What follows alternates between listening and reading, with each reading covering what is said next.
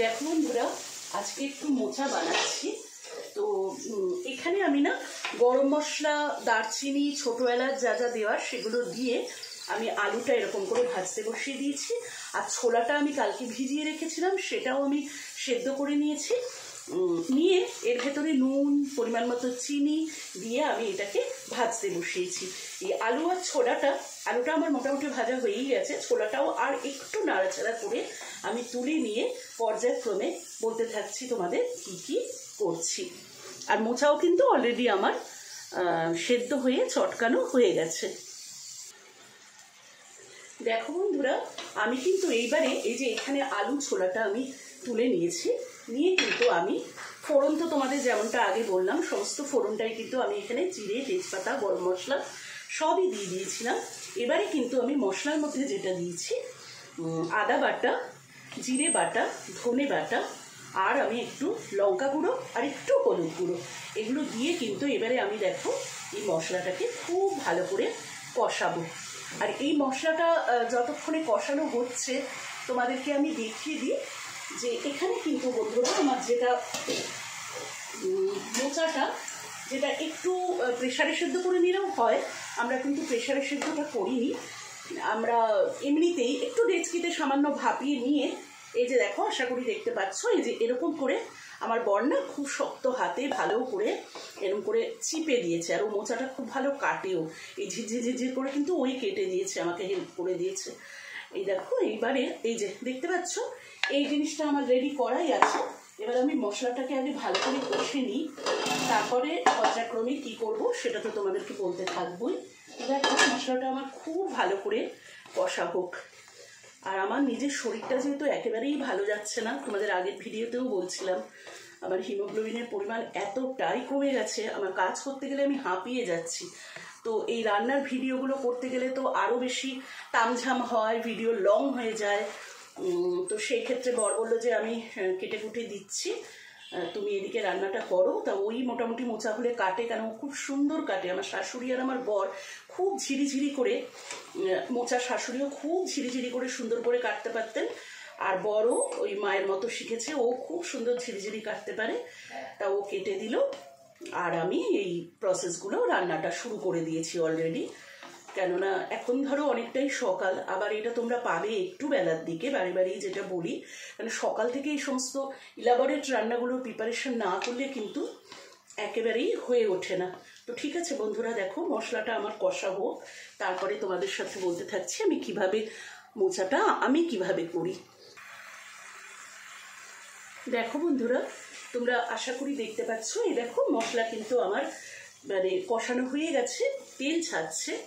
এবারে যেটা আমি করব, এই যে তোমাদেরকে বলছিলাম যে এখানে আমার মোচাটা এইভাবে রাখা আছে রেডি করে, এই মোচাটা কিন্তু আমি এবারে সম্পূর্ণটা এর ভেতরে দিয়ে দেবো। এগুলো অনেকেই সব রকম করো, আর যেটা বলার বন্ধুরা, এর মধ্যে তো নারকোল দেওয়াটা ভীষণই মানে কি বলবো একটা উপাদেয়, খাবারের মধ্যে নারকোলটা এর সাথে খুবই যায়।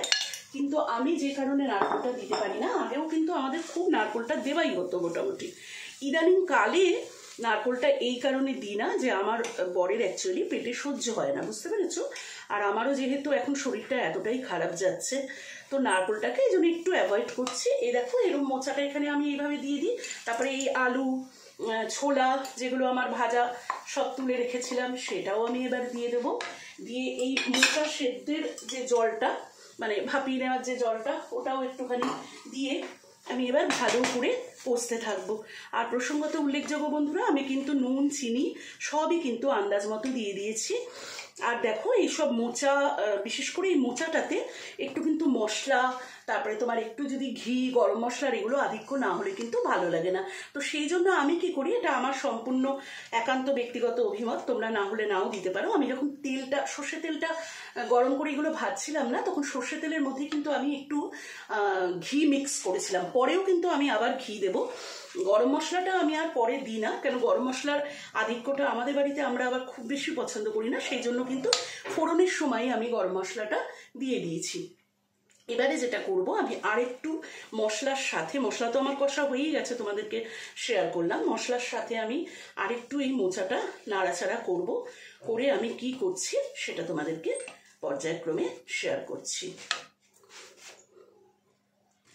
বধুয়া আমার চোখে জল এনেছে হায় বিনা কারণে, নীলাকাশ থেকে একে বাজ হেনেছে হায় বিনা কারণে, বধুয়া আমার চোখে জল এনেছে হায় বিনা কারণে। দেখো বন্ধুরা, আমার কিন্তু এটা পুরো একদম কষা কষা হয়ে গেছে, আমার আলুও কিন্তু সেদ্ধ হয়ে গেছে। এবারে যেটা আমি করব, আমি কিন্তু এখানে কোনো রকম জল অ্যাড করব না, জাস্ট দুধের বাটি একটু ধুয়ে হয়তো জল দেব, দরকার নেই আমার মনে হচ্ছে। ওই মোচার যে জলটুকু আছে সেইটুকু অ্যাড করলেই কিন্তু আমার এই দুধের মানে বাটির ধোয়া জলটুকু এইটুকু আমার অ্যাড করলেই কিন্তু হয়ে যাবে। খুব ভালো হয় যদি পুরোটাই দুধে আমরা এটাকে জিনিসটাকে নামিয়ে দিতে পারি। দেখো, আর এই সরযুক্ত একটু যদি সর লেগে থাকে না দুধের মধ্যে, সেটা দিলে কিন্তু কোনো অসুবিধা নেই, একটা বেশ ক্রিমি ক্রিমি একটা এফেক্ট আনে। এটা আমার একান্তই ব্যক্তিগত মতামত, এগুলো তো তোমরা নানান জনে নানাভাবে করো। আর নারকোলটা যেহেতু দিচ্ছি না, নারকোলটা দিলে আরও বেশি সুস্বাদু হয়। তো কিন্তু এটা পুরোই এই যে দুধে তুলছি, দুধটা ঢেলে দিয়ে তুললাম। এবারে এই কী করবো, আর এই একটু ঢাকা চাপা দিয়ে একটু আমার জিনিসটা আর একটু মাখা মাখা হলে কিন্তু আমি ওই তোমার পরবর্তীতে কি করছি একদম লাস্ট পর্যায়ে তোমাদের সাথে শেয়ার করছি। দেখো, দুধটা দিয়ে আমি যেটা করব, আর একটু আমি ঢাকা চাপা দিয়ে দেবো ওকে, আর একটু ঢাকা চাপা দিয়ে দেবো। অলির কথা শুনি বকুল হাসি, কই তাহার মতো তুমি আমার কথা শুনে হাসো না তো। অলির কথা শুনে বকুল হাসি, কই তাহার মতো তুমি আমার কথা শুনে হাসো না তো। দেখো বন্ধুরা, আমার কিন্তু মোচা রেডি হয়ে গেল। ওই দুধটুকু দিয়ে আমি তো মোচাটা এই তুলে ফেললাম। এইবারে যেটা আমি করব, ওপর থেকে একটু ঘি দেব।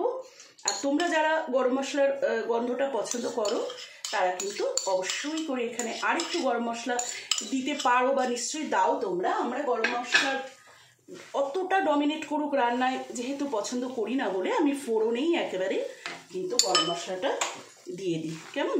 এই দেখো, আমার কিন্তু রেডি হয়ে গেল গরমা গরম অত্যন্ত সুস্বাদু একটা রান্না। নিরামিষ যারা ভালোবাসে, আর আমাদের বাড়িতে তো আমার বর আর মেয়ে প্রচণ্ড ভালোবাসে এই মোচা, ওদের জন্যই আমাকে এই রান্নাটা কিন্তু বারে বারে করতে হয়। আমি তো ওই খাই 1 চামচ, কিন্তু ওই ভীষণ বর আর মেয়ের খুব প্রিয় রান্না একটা। তো দেখো, এটাকে আর তুলে দেখানোর প্রয়োজন আছে বন্ধুরা? আশা করি তোমরা দেখতেই পাচ্ছ। এই দেখো, কেন রান্নার ভিডিও তো লং হয়ে যাচ্ছে, আমি আর তুলে দেখাচ্ছি না। এই দেখো, মানে রেডি হয়ে গেছে আমার আজকে গরমা গরম মোচার ঘন্ট। আমি ওই যেটা বললাম, শুধুমাত্র নারকেলটাই আমি এখানে দিতে পারিনি, তার কারণ নারকেলটা বাড়িতে বরের খুব একটা ইয়ে হয় না, সেই কারণে ডাইজেস্ট হয় না। তো তাহলে রেডি হয়ে গেল মোচার ঘন্ট। তো যাই হোক, আমার ভিডিওটা আমি বন্ধুরা এখানেই এন্ড করছি। তোমরা ঈশ্বরের কৃপায় সকলে খুব ভালো থেকো। Tata, by.